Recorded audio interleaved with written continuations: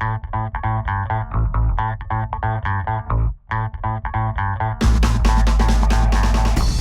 challengers, you guys are killing it. We're seeing massive improvement in all of your videos. Can you feel it? We love our jobs of using swing literacy method to help people hashtag practice dance smarter. And as much as you guys have been thanking us for keeping you sane in isolation, you're keeping us sane too, you know. So thank you. Over the next few days, we're going to be sharing with you some resources that we recommend to take your learning further. One of them is the Global Westie Connection, a virtual summit, which is essentially a dance event of nothing but online workshops taught by a stellar lineup of pros teaming up to give you your dance fix. There are 2 weekends. The first one starts tomorrow, March 21st, 22nd, and the second one is April 11th and 12th. So take advantage of this even if you are busy on these days, because you get lifetime access to the content so it never expires. By the way, we're going to be in the April one. Okay, so enjoy your day 5 video. Hi there, Tessa here. So one common question that people ask me is, how do you dance differently in heels other than flats? And the main difference is assuming that you're going to use toe walking or toe brushing. It doesn't really matter which one you choose. What will end up happening is that your heel will actually strike the floor sooner if you have higher heels than it will if you have flats on. It'll take a little bit longer to strike the floor just because it's higher from your swing. So what ends up happening is a lot of people will not feel the floor, and so they'll try to reach their heel harder to the floor to get it.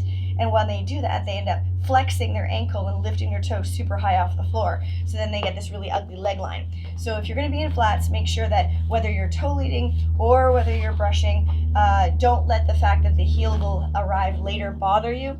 Make sure that you are flicking the toe just a little bit, being really casual in the ankle, and when the heel strikes, it shouldn't be on a flexed ankle and lifted toe. Keep the toe relatively close to the floor. Hi there, welcome to day 5. Today we are going to be focusing on refinements of using your core to move your legs and your contra body to balance your legs or to balance that motion.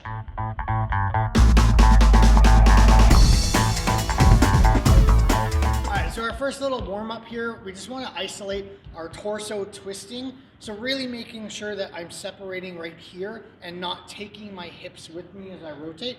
So I'm just focusing on the rib cage, warming it up for range of motion, trying to use my core, right? So if I just put my hands here on my hips, I'm trying to use my core and my legs squeezing a little bit to prevent my hip from rotating with me. So this is bad, this is good. Okay, fun fact about me is I used to be a soccer player and a soccer referee. So I'm going to use a soccer reference right now to talk about contra body and how it can help to balance out your legs.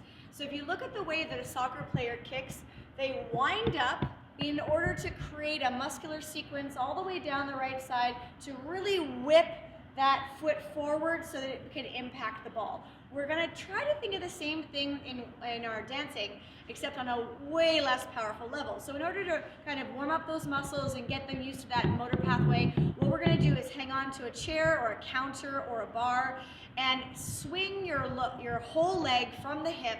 I'm going to keep my ankle flexed only so it doesn't hit the floor. I'm going to keep my knee bent for the same reason, because we're not really focusing on what our knees and our toes are doing. We're only focusing on hip and torso action here. So I'm going to be keeping my leg nice and stiff, swinging from the hip, and you'll notice that as you do this, it feels a lot better if you allow your arm to swing, and you'll probably figure out that it feels best when you swing it opposite direction. So what that means is you're going to be activating your contra body. Your hips are going to swing opposite to your ribs and your shoulders, which is what we use when we're walking normally as human beings. So I'm going to be swinging and trying, it's actually a really nice warm-up exercise. We use this before showcase all the time. Make sure you switch legs and be able to keep your proper pitch and torso engagement, core engagement while you do it. For this drill, you're going to need a wall or a window. So I engage my pressure into the window for the purpose of making sure my frame is integrated. So then my hips can move separately, but my ribs are going to stay mostly facing the wall or the window as opposed to shifting around.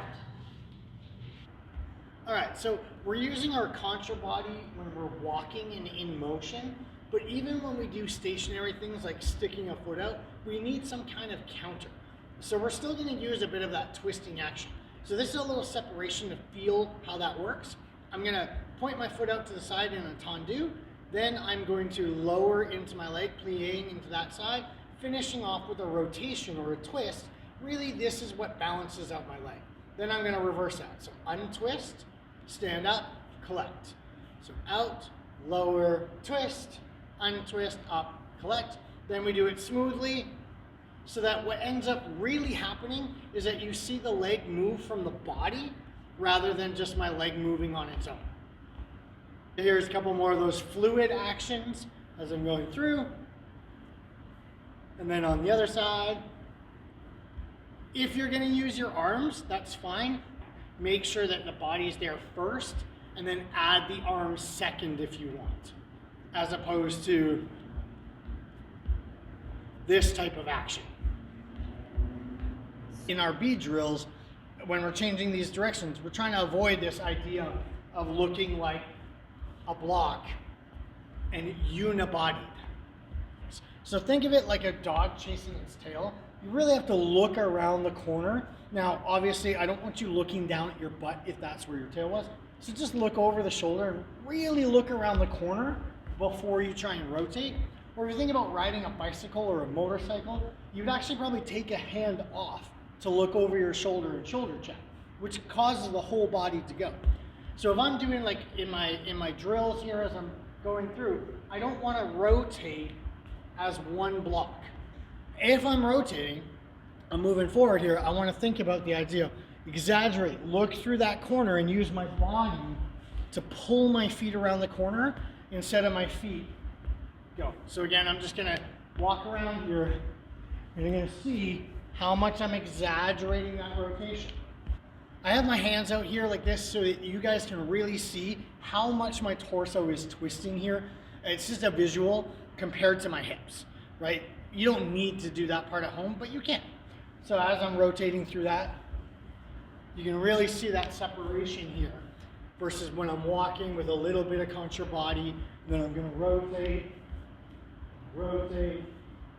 or if I'm doing my like quick drill rotating down here, I need to be in that contra body.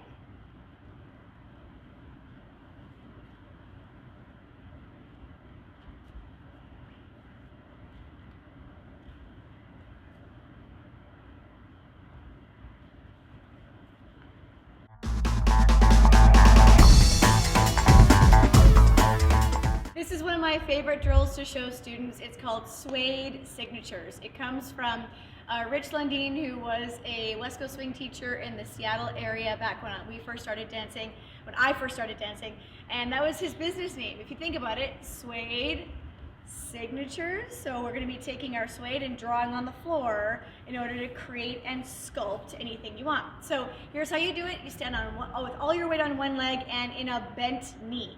That way you're going to be able to reach further with that extended toe. Your free foot is going to be pretending that your foot is like a chisel marker or a paintbrush. So it has a wedge tip or a point tip or a flat smearing ball end forefoot.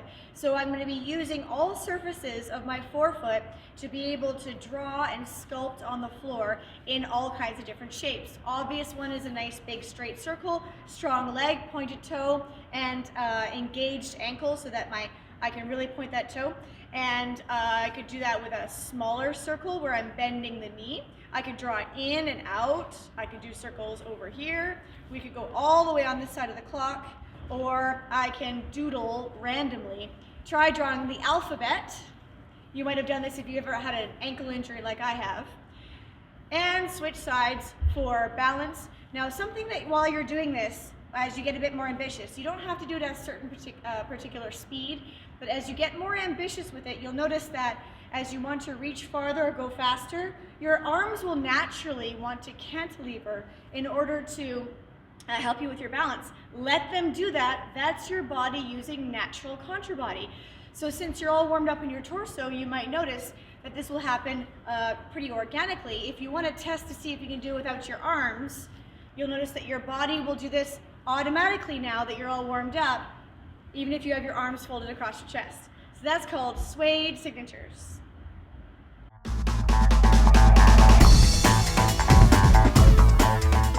So this is going to be your homework drill. So we're going to add bead drill and sway signatures using good contour body so that we can put them all together and it looks like this. We're randomly moving around the room using good rolling technique, pitch and posture, and once in a while when we feel like stopping, we're going to come to rest, nice and balanced. Use your contour body to be able to help balance your leg as it draws around, and then continue moving. So swayed signatures, drawing, and continue. It's on your own choice. So you can switch legs, you can do it on your own time. You don't have to do several steps in a row if you don't want to. But that will be your homework that we hope to see you post on the event page.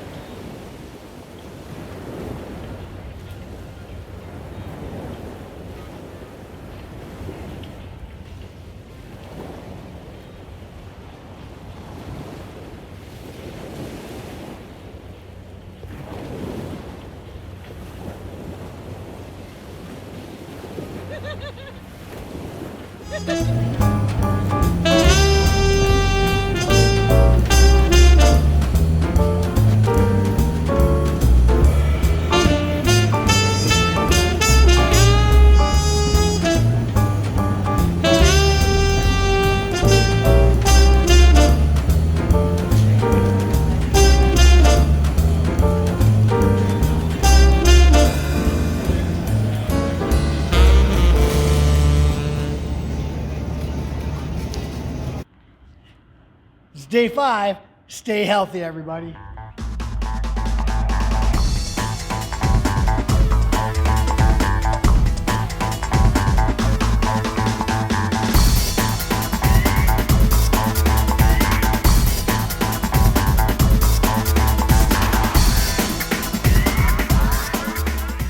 Hi, just wanted to give you a quick zoom in on 2 common errors so you can see what you're aiming for. Number 1 is the difference between pressing and rolling. Pressing is using your entire forefoot with your heel relatively close to the ground and squishing a bug or a cigarette, as opposed to rolling, which is lifting your ball off the floor, starting with your toe and articulating between toe and ball and continuing all the way to a straight knee. So make sure when you think you're rolling, you're not just pressing with a fixed ankle, low heel, and bent knee, but instead lifting the heel higher, articulating through the toe all the way to a straight knee.